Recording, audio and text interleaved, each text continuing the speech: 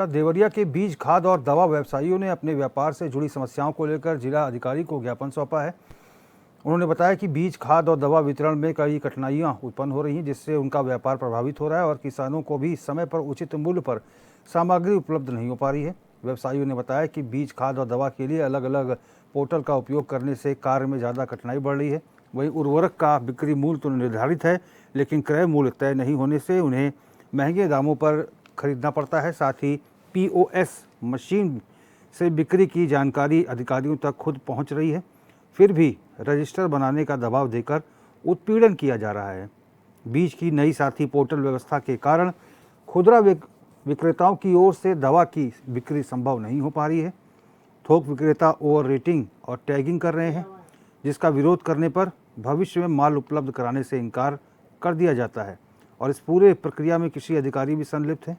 व्यवसायियों ने जिला प्रशासन से इन समस्याओं के समाधान के लिए ज़रूरी कदम उठाने की मांग की, ताकि व्यापार सुचारू रूप से चल सके और किसानों को समय पर उचित दरों पर खाद, बीज और दवा मिल सके।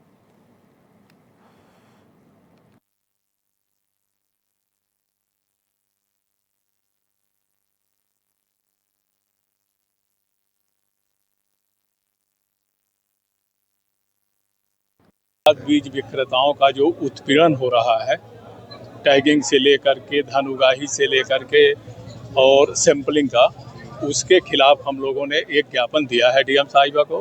डीएम साथी पोर्टल के भी विरोध में डीएम साहिबा ने वो ज्ञापन लेकर के बोली हैं कि चूंकि ये ज्ञापन मेरे नाम से है, इस आप लोग एक शासन के नाम से ज्ञापन बनाइए, द्वारा जिलाधिकारी करिए, फिर मैं शासन को भेजती हूँ और जहाँ तक यहाँ विभाग का धन उगाही का कार्यक्रम है उसको मैं देख रही हूँ। किस तरह से धन उगाही की जा रही है? लाइसेंस के नाम पर, रजिस्टर मेंटेन के नाम पर, सैंपलिंग के नाम पर। ओवर रेटिंग वगैरह का ही मामला है क्या?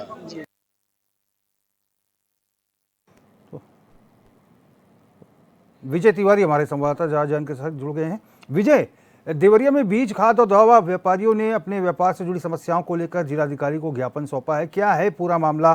पहले खाद की किल्लत थी, अब ये तमाम चीजें सामने आ रही हैं, क्या है पूरा मामला?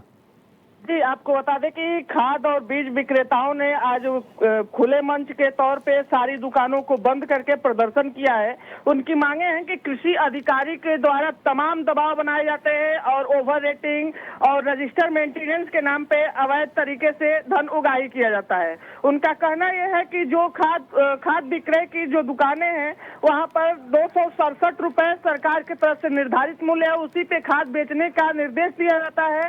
पोर्टल के माध्यम से अपलोड किया जाता है तो निर्धारित मूल्य प्राप्त होते हैं, जबकि क्रय करने में 275 से 80 रुपए लग जाते हैं, जिसका कि मूल्य खरीद दुकानदारों को नहीं प्राप्त होता। और तमाम पोर्टल है, उसके बावजूद भी कृषि अधिकारी इस तरह का दबाव बना करके भ्रष्टाचार धन उगाही करते हैं। इसी को लेकर के पूरे जिले के लगभग 1000 से अधिक खाद बीज विक्रेताओं ने जिला मुख्यालय पर प्रदर्शन किया और मुख्यमंत्री को समर्पित, कृषि मंत्री को समर्पित ज्ञापन पत्रक सौंपा।